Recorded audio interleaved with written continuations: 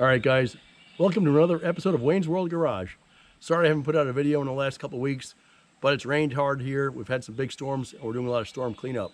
So 2 weeks ago, we had 5 inches of rain in one day, followed by 90-mile-an-hour winds. So what's happened is, if you look down here, for the third time in 20-some-odd years, this is Fox Creek. It has dammed up, and we have a log jam here. So we've got to get that cleared out. We've already cleared out one of the small bridges. This bridge I'm standing on, it's called Log Bridge, because the first time we built a bridge was Log Bridge. And what happened is, as I said, the third time in 20-some-odd years, this was entirely covered with water. We are kind of in a flood zone. But on with the program, we're getting it fixed, and then we'll move on. But what's happened is a bunch of trees have come down. So let's go take a look at them.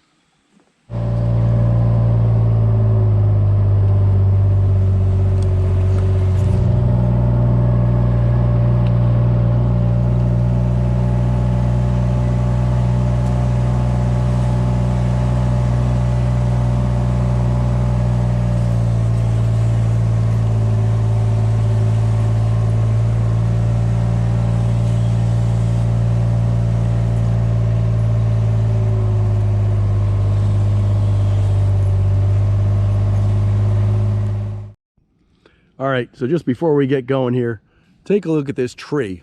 And this tree, how old is this tree? Well, if I look at it carefully, I see 1, 2, 3, 4, 5 trees coming out of it.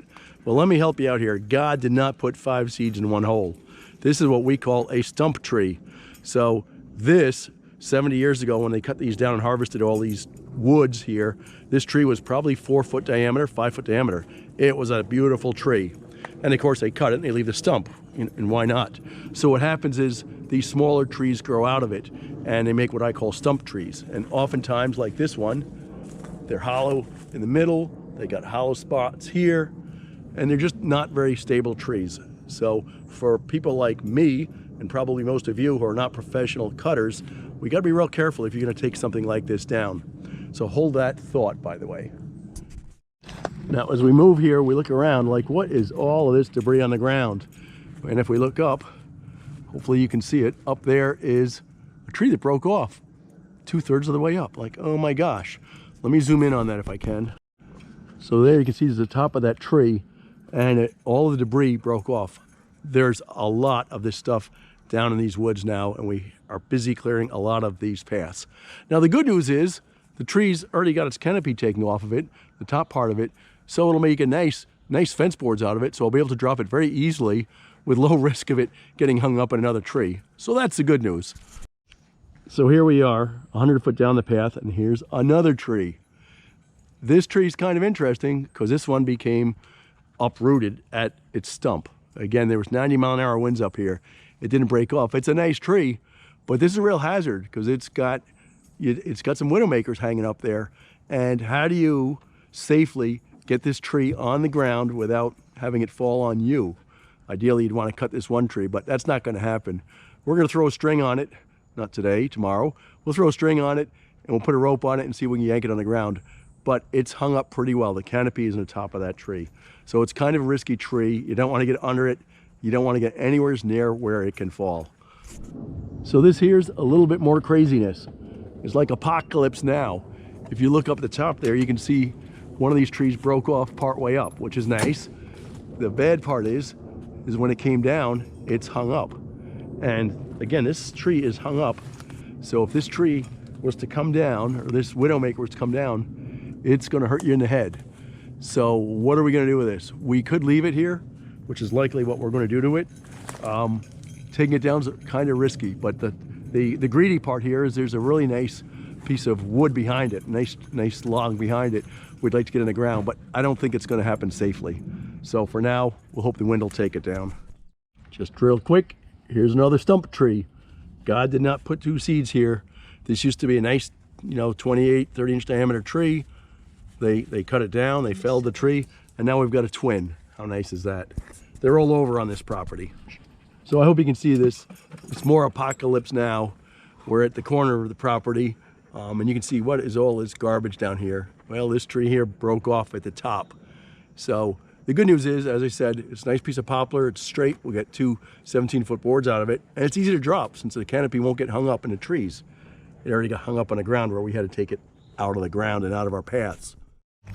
So here's an interesting story. My neighbor, Charlie Smith, super nice guy. He's 80 gazillion years old, says, Wayne, can you drop this tree for me? And I looked at it and I said, yeah, I'm not so sure. It looks kind of rotten at the base. So I didn't do it. He came back and cut it down. And kind of an interesting story. It's pretty hollow on the inside. And he cut 10 feet off of it, and here's what it looks like. So if you look at this tree carefully, what he did, and Charlie's been around a couple of weeks, so he knows what he's doing, is he tried to do a face cut on this side. And after he did the face cut, you do the back cut. Sadly, the tree went the wrong way. Well, go figure, why did that happen? There's absolutely no holding wood here for the hinge. You can't make a hinge, which is why I left this tree here. So this tree, I'm glad he's still alive. I hope he's still alive. He must be, because I see tractor tracks back here. This tree dropped 180 degrees the wrong way, and he moved a little bit of it already. What you don't see, it slid back 10 feet. So that kind of reiterates the story. When you're cutting a tree, felling a tree, you want to make a clear path 45 degrees out from where you think it's going to fall. And Charlie's a smart guy. I'm sure he did that.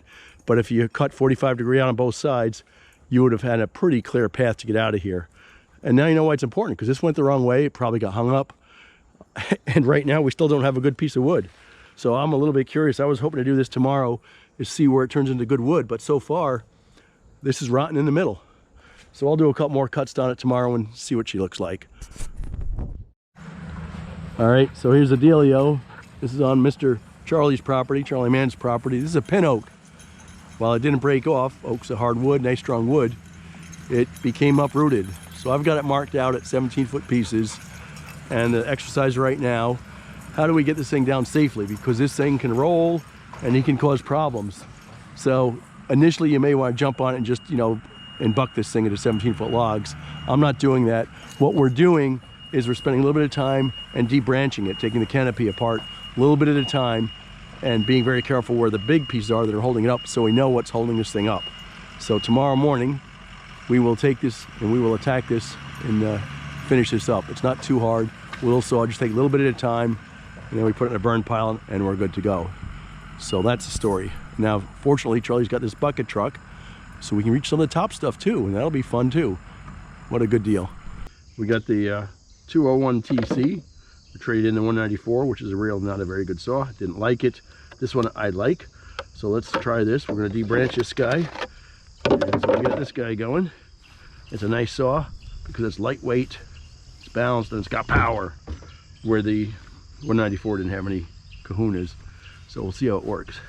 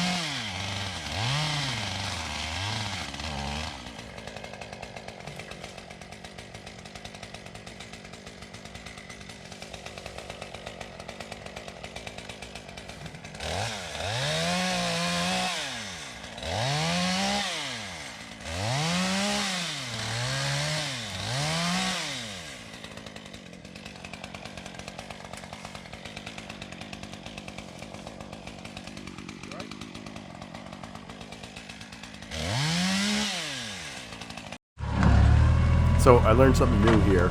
Charlie's bucket with these fork extensions work really well for removing brush. I mean, the buckets, you can't get a whole lot of brush in at all. You might get one or two pieces of wood in it. But this worked phenomenally well. And you'll see he can put a pile of brush on there. And he drives it down to the burn pile and burns it away. So thanks for teaching me that good idea, Charlie.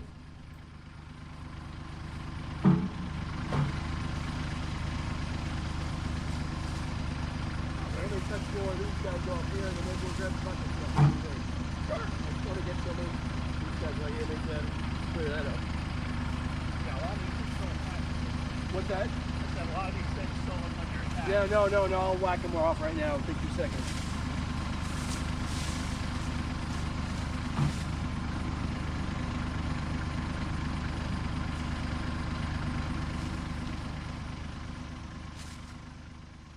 So this is Charlie Man Electric, loading up the brush on his bucket. Interesting story. Both Charlie Man and I had open heart surgery about 3 months ago, within 10 days of each other.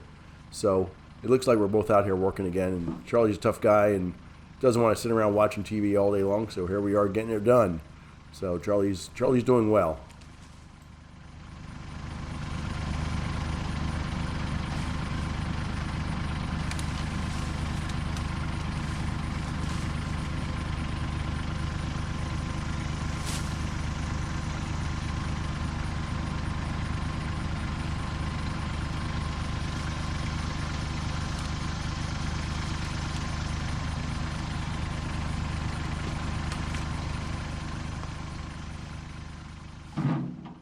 Well, Charlie and I certainly don't mind doing this, and my wife Paula helping a lot too.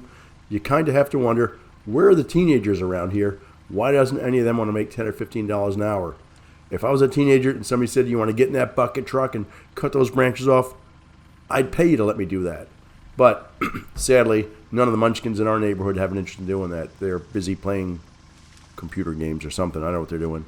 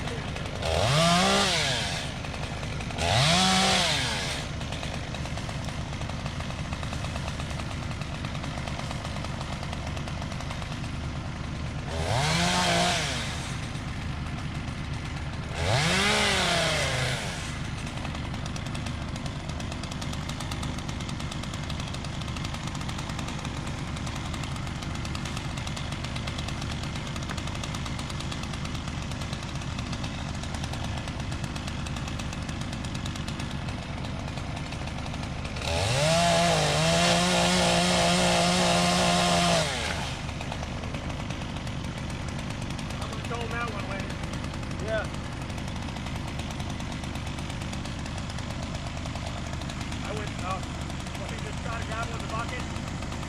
Yeah, we'll get a bucket. Because there's only that little crack right there. Yep.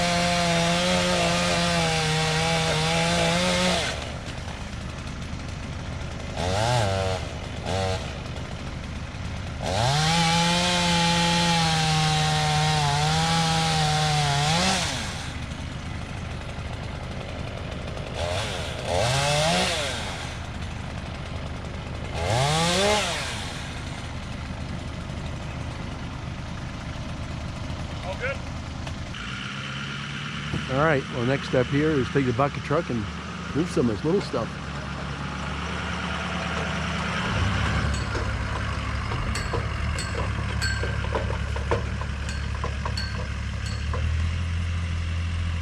Beautiful.